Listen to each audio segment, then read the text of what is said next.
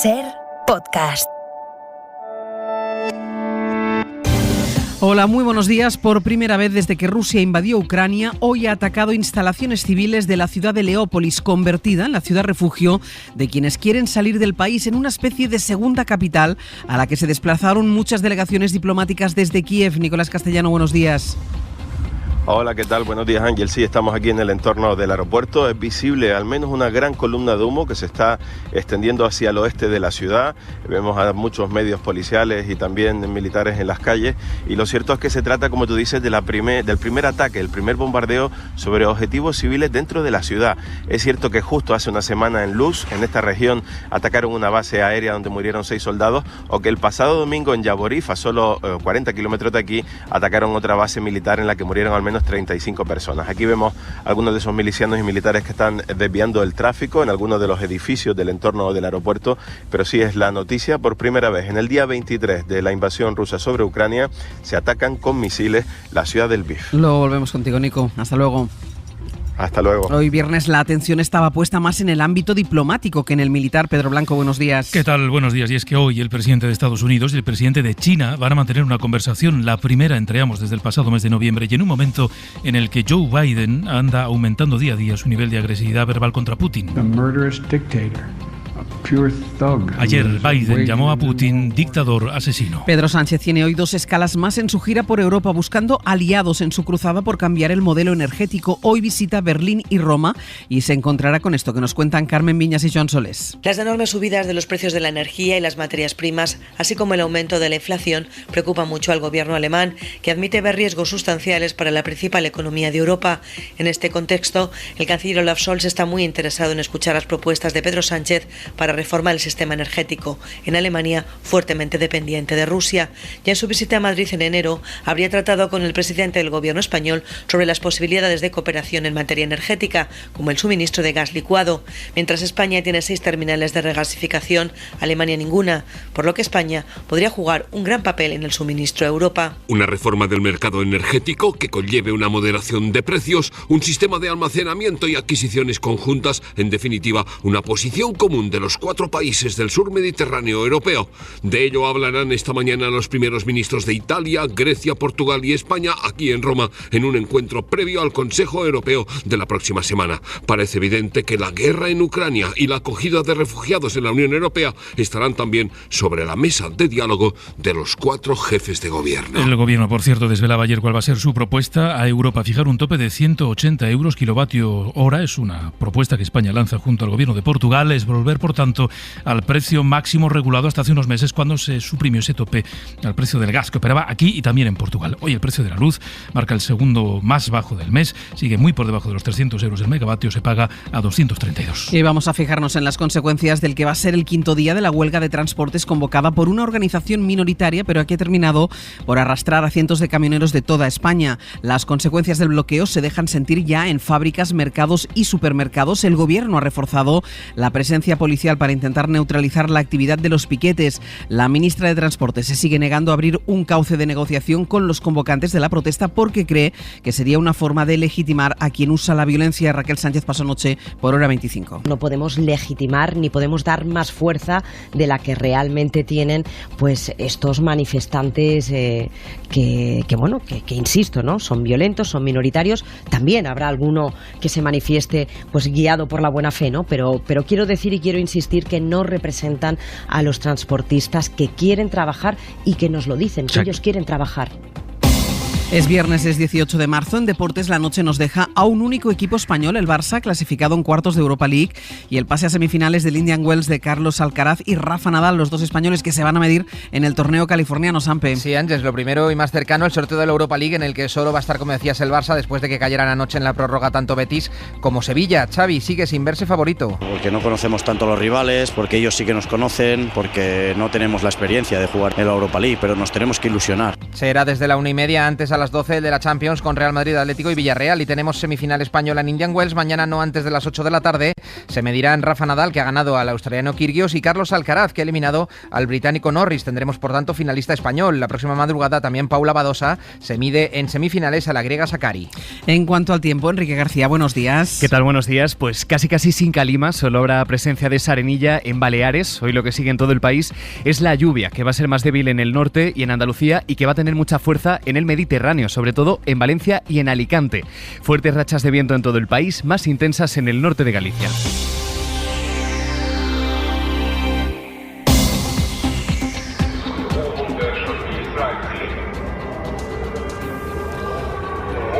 Es el sonido de las sirenas antiaéreas. Hace algo más de una hora en la ciudad ucraniana de Leópolis se han registrado varias explosiones en el entorno del aeropuerto. Es el último movimiento del ejército ruso, al que se va a unir un refuerzo de 7.000 soldados ante la ralentización del avance de sus tropas terrestres. Según la inteligencia británica, los avances en los últimos días son mínimos y la invasión está estancada, Enrique. Sí, destaca ese informe que la contraofensiva ucraniana está siendo firme y bien coordinada, y que esto está siendo clave en la lentitud del ejército ruso.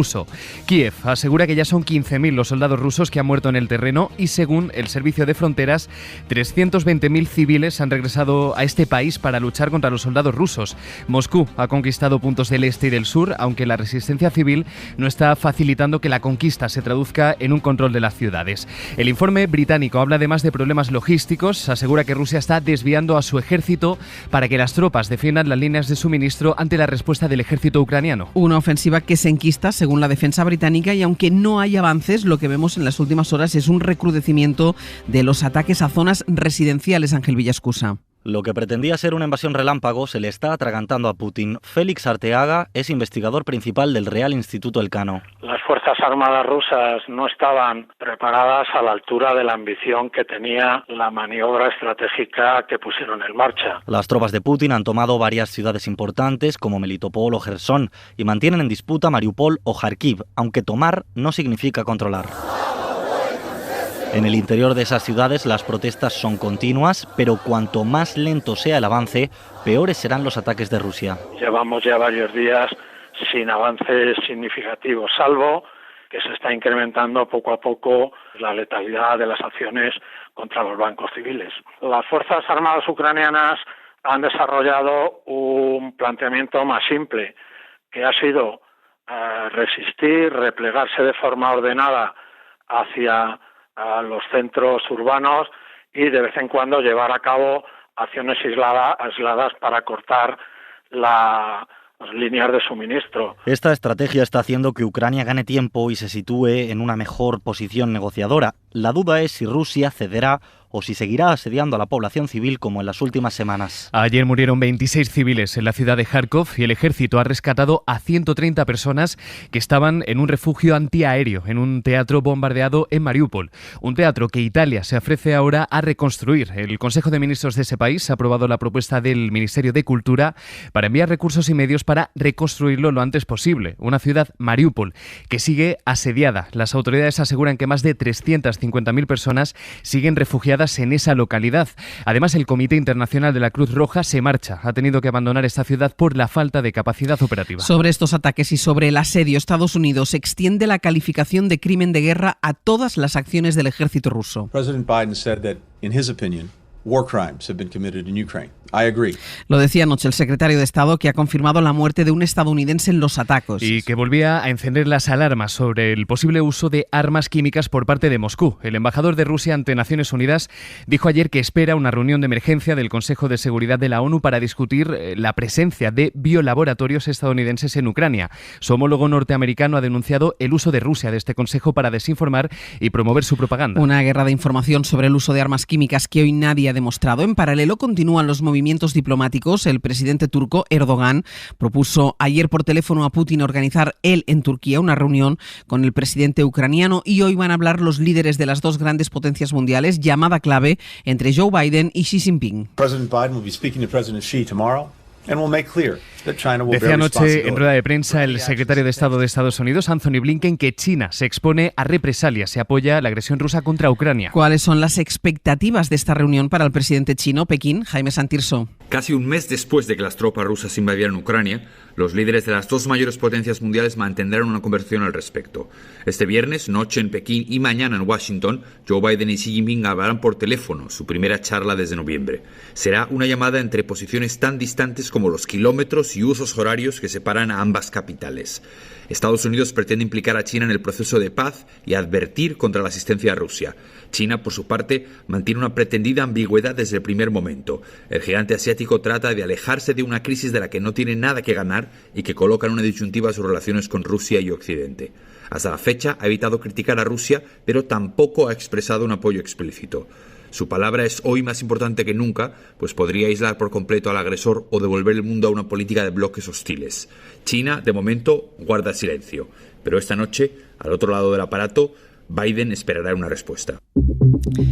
ACNUR eleva a casi 3.200.000 el número de ucranianos que han salido ya del país. Aquí en España, hoy abre el centro de acogida de la Fira de Barcelona. Será el tercer centro en abrir tras el de Pozuelo, en Madrid, y el de Alicante. Radio Barcelona, Sergi López, buen día. Hola, buen día. Será un espacio para hacer trámites y derivar a los refugiados de Ucrania que lleguen a Barcelona. La Policía Nacional hará la tramitación de los papeles, la Cruz Roja y funcionarios harán entrevistas individualizadas para conocer las necesidades de las personas y finalmente se les informará de sus derechos y se les enviará a otros emplazamientos, básicamente a hoteles. Según ha explicado el ministro José Luis Escrivá, han reservado 2.000 plazas hoteleras cerca del centro de acogida. Buena parte de estas personas se irá a otros puntos de España en los días posteriores a su llegada.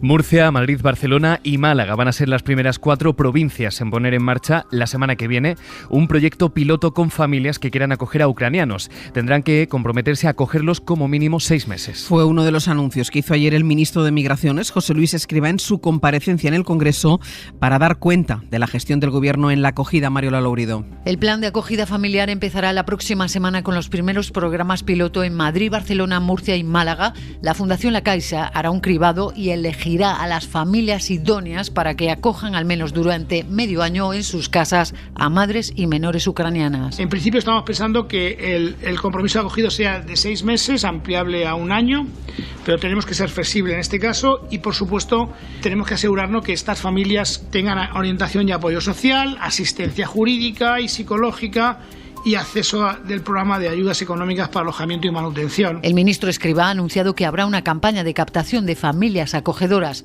A España han llegado al menos 12.000 refugiados de la guerra que están siendo atendidos en la red estatal. 4.500 ya están regularizados y más de 2.000 están alojados en las plazas del sistema oficial.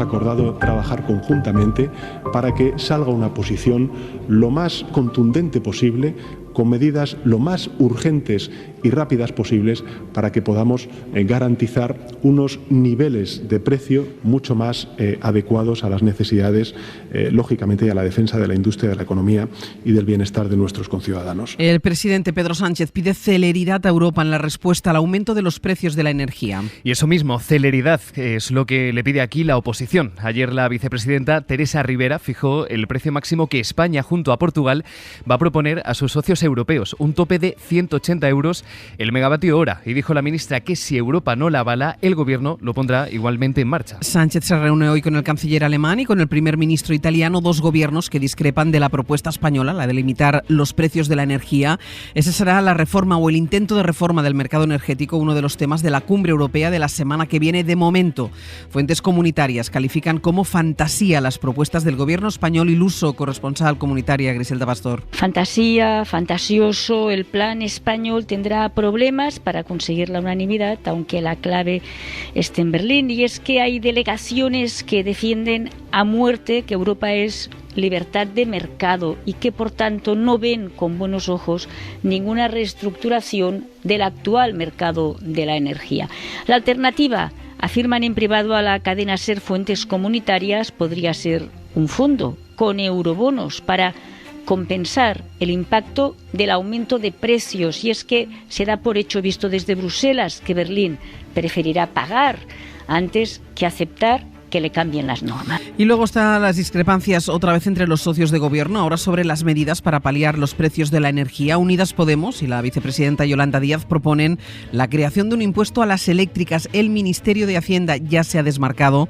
Ana Fernández Vila, buenos días. Hola, buenos días. Sí, Podemos va a dar ahora la batalla dentro del gobierno para lograr medidas valientes, es textual, que logren frenar las consecuencias económicas de la guerra. No valen los parches, avisan, sino un plan de emergencia energético que incluya un duro recorte adicional de los beneficios caídos del cielo de las empresas eléctricas y cheques ayuda a las familias españolas para pagar las facturas de la luz y del gas. Se lo planteaba así la ministra Belarra a los suyos en un discurso sin mención expresa a Yolanda Díaz o al PSOE, pero sí con alusión velada a las discrepancias que se han producido dentro del gobierno y dentro de Unidas Podemos por el envío de armas. Se reafirmaba la líder de Podemos en su rechazo a la escalada bélica, aunque eso sí, rebajando el tono. Desde Podemos hemos vuelto a elegir el camino más difícil en un momento clave.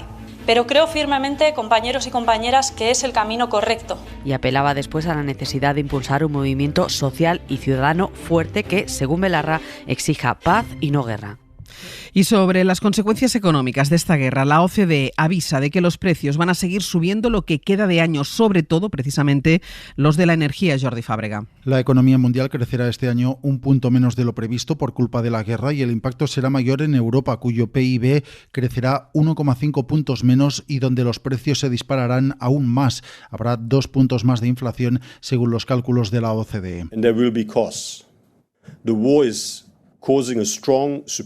Este es su secretario general, Matías Cormann, reconociendo que la guerra tendrá costes y que generará shocks en toda la cadena de suministros, especialmente en los precios de la energía.